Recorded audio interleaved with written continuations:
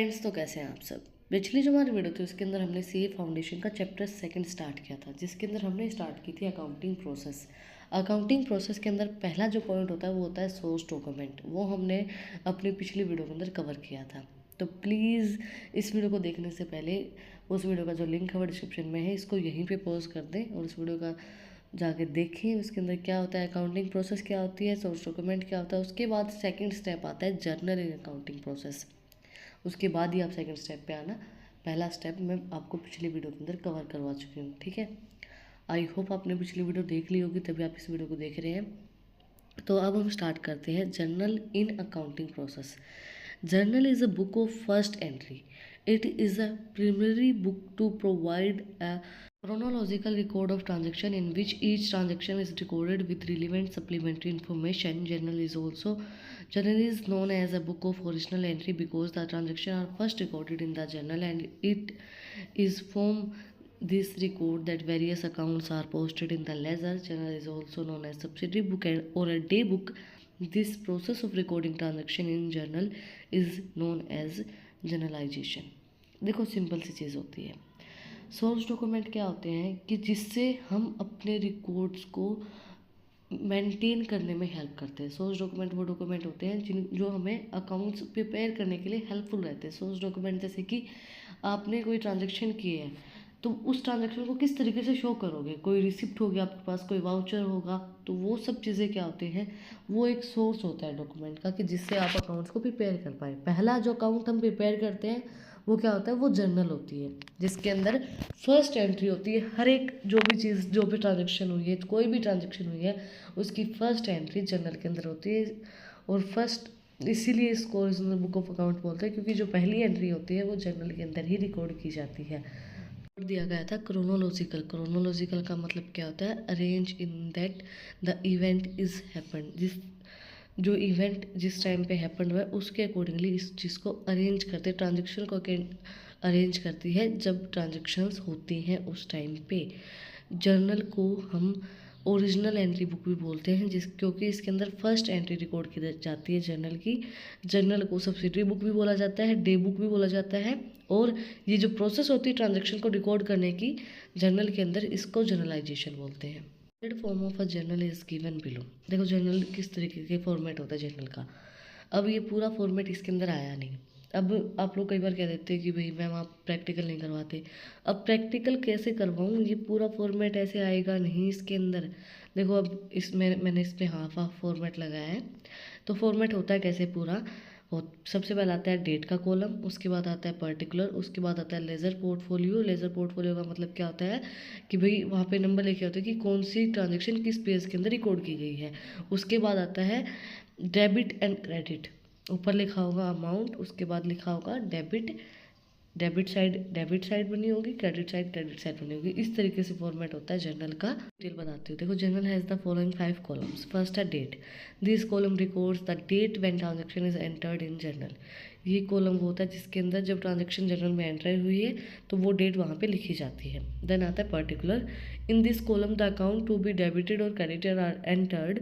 The name of the account to be debited is written first, and in the next line the account to be credited is written pursued by the word to. A brief explanation of transaction known as the narration is also given below the account to be credited. देखो क्या होता है कि particular के अंदर जो transaction हुई है उस ट्रांजेक्शन का नाम लिखा होता है। तो डेबिट सबसे पहले कॉलम के अंदर आता है कि डेबिट ये चीज़ हुई है, और क्रेडिट के अंदर क्या आता है, क्रेडिट साइड उसके नीचे आती है और वो टू से डिनोट की जाती है। डेबिट हमारा सिंपली होगा, कोई भी ट्रांजेक्शन है, कोई भी सेल हुई है वो डेबिट करेंगे हम, और उसके बाद जो चीज़ क्रेडिट होगी उसको टू करके डिनोट करेंगे। टू सेल अकाउंट, टू कोई भी अकाउंट है, to Ram account, to Shyam account, जिसका भी हमें क्रेडिट करना तो वो टू से करेंगे हम, और डेबिट करेंगे। डेबिट के अंदर टू नहीं लगता है। 3 गोल्डन रूल होते हैं हमारे अकाउंट्स के, जो कि आपको पता भी होगा, नहीं पता है तो अभी सुन लो, बहुत हेल्पफुल रहते हैं। पूरी अकाउंट्स के अंदर आपको वही हेल्प करते हैं।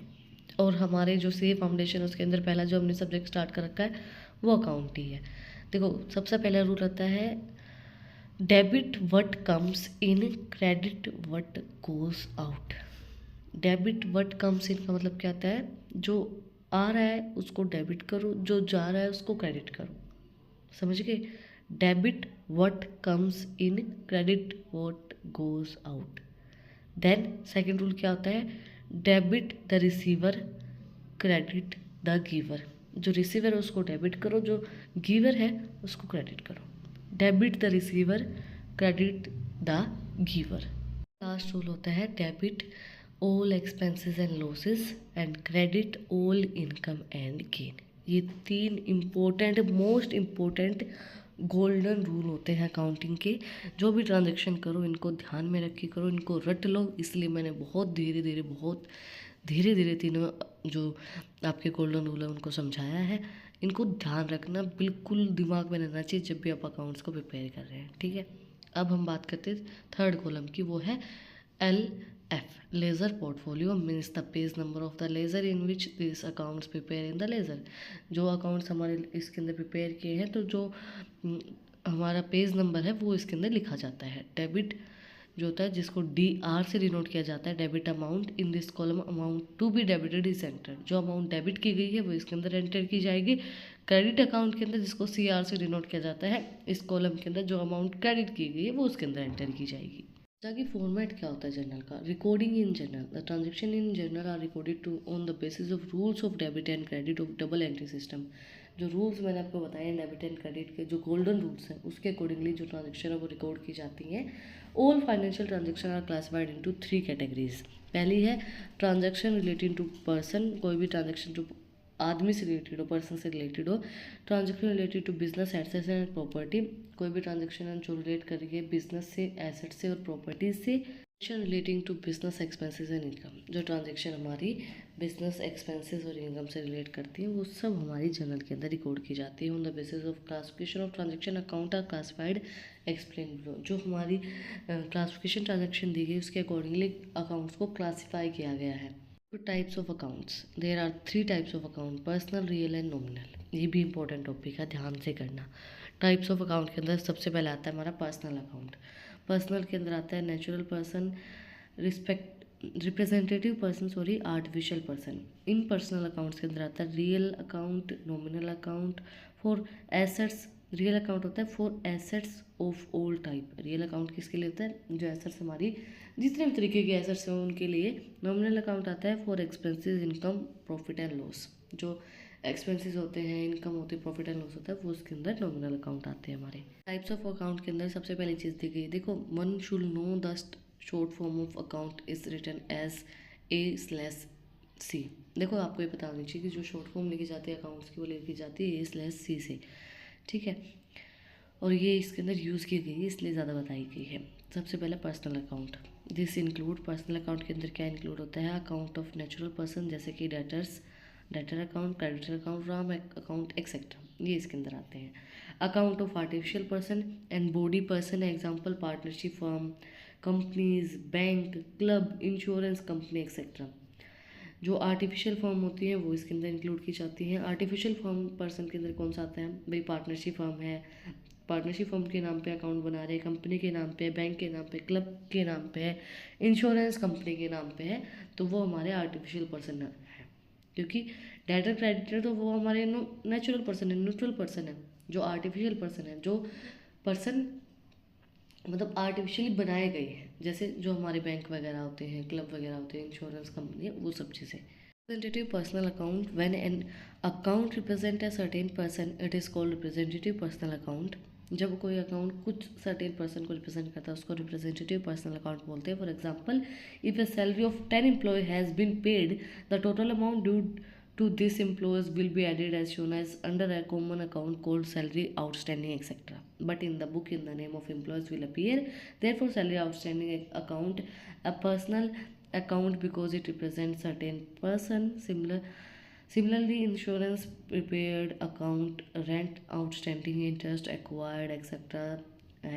Are personal accounts. देखो सिंपल सी चीज़ है, रिप्रेजेंटेटिव पर्सनल अकाउंट्स कौन से अकाउंट होते हैं। अब हम जैसे 10 लोगों की सैलरी पे की है, salary of 10 employees has not been paid, pay नहीं की गई है, तो वो क्या होगी, सैलरी आउटस्टैंडिंग अकाउंट के अंदर चली जाएगी। भाई 10 लोगों की हमने पे नहीं की है, बट वो एक कॉमन अकाउंट हो गया सैलरी आउटस्टैंडिंग के नाम से। बट जब एम्प्लॉयज़ का, but in the book the name of employ will appear, but अगर बुक्स प्रिपेयर करोगे तो भाई जिन 10 एम्प्लॉयज़ की नहीं की गई है उनके नाम भी तो अपीयर होंगे ना। अब एक बार तो हमने डाल दिया भाई सैलरी आउटस्टैंडिंग, भाई 10 लोगों की सैलरी हमारी रहती है, हमने दी नहीं है, बट जब अकाउंट्स प्रिपेयर की जाएंगी, बुक बनाई जाएगी, तो उसके अंदर एम्प्लॉयज़ के नाम होंगे, भाई इन एम्प्लॉयज़ की हमने सैलरी नहीं पे की गई है। Account, these are accounts of things tangible or intangible, example furniture account, cash account, goodwill, patent rights accounts, machineries, land and building account etcetera. देखो टेंजिबल और इंटेंजिबल एसेट्स की बात की गई यहाँ पे, इसके अंदर रियल अकाउंट के अंदर दोनों ही एसेट्स इंक्लूड की जाती है, जो टेंजिबल भी हो इंटेंजिबल भी हो। टेंजिबल एसेट्स कौन सी होती है, फर्नीचर अकाउंट हो गया और मशीनरी अकाउंट हो गया, लैंड एंड बिल्डिंग अकाउंट हो गया। इनटेंजिबल एसेट्स कौन सी होती हैं, गुडविल अकाउंट हो गया, पेटेंट राइट्स अकाउंट हो गया। सब अकाउंट जो है वो रियल अकाउंट के अंदर आते हैं। नॉमिनल अकाउंट के अंदर क्या आते हैं, these are account of expenses and losses and income and gain. Interest paid example, wages account, interest earned account, compensation account, rent account, discount account, profit and sale of old machinery account etcetera. ये सब हमारे nominal account के अंदर आते हैं, जो हमारे expenses और गेन से रिलेटेड होते हैं। ये तीनों अकाउंट गोल्डन रूल्स के ऊपर बेस्ड होते हैं। Debit word comes in, credit word goes out, पहले में हो गया। Debit the receiver, credit the giver, and debit the all income and expenses and credit all income and gain. Real, personal, real, nominal. ठीक है, इसके अंदर nominal के अंदर क्या आता है, जो भी एक्सपेंसेस होते हैं, गेन होते हैं, इंटरेस्ट पेड किया, वेजेस की, इंटरेस्ट अर्न किया, कमीशन मिला, रेंट मिला, डिस्काउंट मिला, प्रॉफिट हुआ सेल ऑफ ओल्ड मशीनरी के ऊपर, वो सब चीज़ें हमारी नॉमिनल अकाउंट के अंदर रिकॉर्ड की जाती है। Let's discuss compound journal entries क्या होती है। समटाइम्स टू और more transaction of the same nature take place on the same date. Instead of passing a separate entry for each transaction, a combined entry, जिसको हम known as compound entry भी बोलते हैं, may be pass to record all these transaction. Some compound entries में भी of 3 type. देखो कई बार क्या होता है कि सेम नेचर की 2 या 2 से ज़्यादा ट्रांजेक्शन हो जाती हैं। होता है ना कि भाई सेम आपने 2 लोगों को सैलरी दे दी, या सेम कोई भी चीज़ हो गई, सेम चीज़ 2 बिक गई, तो 2 जब ट्रांजेक्शन हो जाती हैं सेम नेचर की, 2-3 ट्रांजेक्शन होती है, तो उनको सेपरेट रिकॉर्ड करने के बजाय कंबाइंड किया जाता है, जिनको कंपाउंड एंट्री भी बोला जाता है। वो किस तरीके से होती है, 1 account is to be debited and 2 और more account to be credit. एक अकाउंट को डेबिट करके 2 और 2 से ज़्यादा जो अकाउंट है उनको क्रेडिट कर देंगे। जैसे कि एक अकाउंट जो हमने डेबिट करना है, जैसे for Ram account debit, 2 sales account, 2 credit account, तो वो हमने 2 करके 2 अकाउंट क्रेडिट कर दिए। देन 2 और more account to be debited, 2 और 2 से ज़्यादा अकाउंट हमने डेबिट कर दिए, एक अकाउंट को हमने क्रेडिट कर दिया। तीसरी एंट्री क्या हो सकती है, 2 और more account to be debited, 2 और 2 से ज़्यादा अकाउंट डेबिट कर दिए, 2 और more account to be credited, 2 account हमने डेबिट कर दिए, 2 अकाउंट हमने क्रेडिट कर दिए। इस तरीके से कंपाउंड एंट्रीज की जाती हैं, जो हमें सेपरेट एंट्री ना करके हम इकट्ठी एंट्री कर देते हैं। That's it for today. आज हमने कंप्लीट किया जर्नल इन अकाउंटिंग प्रोसेस क्या होती है, किस तरीके से फॉर्मेट होता है, किस तरीके से रिकॉर्ड की जाती है ट्रांजैक्शन, किस तरीके से उनको 2 एंट्रीज 3 एंट्रीज हमें रिकॉर्ड करने हैं, तो हम किस तरीके से रिकॉर्ड करेंगे, किस चीज़ को डेबिट करेंगे, किस चीज़ को क्रेडिट करेंगे। कुछ भी डाउट है, कुछ भी पूछना है तो पूछ लेना कमेंट सेक्शन में फ्रीली। और अगर आपको कुछ झिझक होती है, कुछ और चीज़ें पूछनी होती हैं, तो भाई इंस्टाग्राम का लिंक मैं डाल दूँगी, इंस्टाग्राम पे पूछ लेना, मुझे मैसेज करके मैं ज़रूर रिप्लाई करूँगी जब भी मेरा टाइम लगेगा। बट मैं इंस्टाग्राम को कम खोल के देखती हूँ, अगर पर खोल के ज़रूर देखती हूँ एक बार, तो अगर मुझे टाइम लगेगा मैं उसी टाइम पे आपको रिप्लाई करूँगी। और अगर आपको इन टॉपिक्स की PDF चाहिए तो टेलीग्राम चैनल का लिंक भी डिस्क्रिप्शन में है, वहाँ पर जाकर मुझे फॉलो कर सकते हैं। और अगर यहाँ तक वीडियो को देख लिया तो प्लीज़ सब्सक्राइब बटन पर एक मुक्का मार दो, बेल आइकन प्रेस करो, ताकि जो सबसे पहले अपडेट है वो आप लोगों के पास आए। फिर मिलते हैं एक नए वीडियो के साथ, एक नए टॉपिक के साथ। Like share and subscribe for watching my video and enjoy your life.